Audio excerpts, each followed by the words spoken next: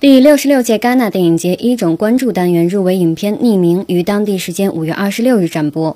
影片由伊朗导演穆罕默德·拉索罗执导拍摄，讲述了一个由一本秘密回忆录引发的故事，以此反映了伊朗的一段黑暗历史。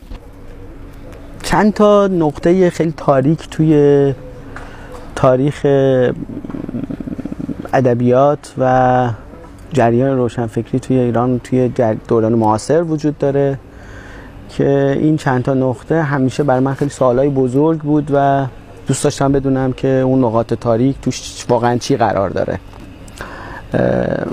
یکی از این ماجراها ماجرای اتوبوس بود و این شد که من تصمیم گرفتم که به این موضوع فکر کنم. 穆罕默德表示，这个故事来源于真实的历史。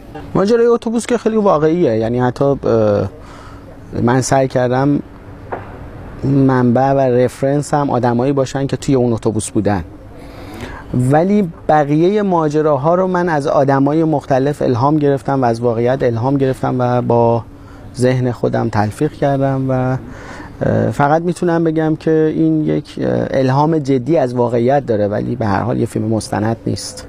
由于影片题材涉及敏感的政治话题，拍摄过程也困难重重。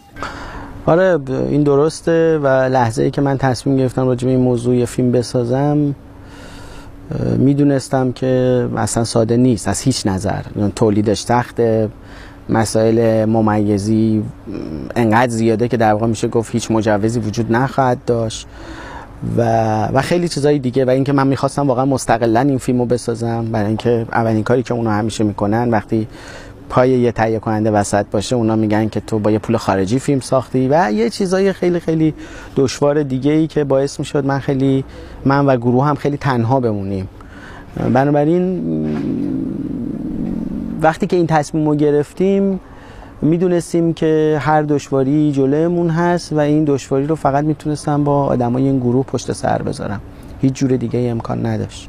بنابراین الان میتونم بگم که سرمایه واقعی من برای ساخت این فیلم آدمایی بودن که حاضر شدن کمک کنن.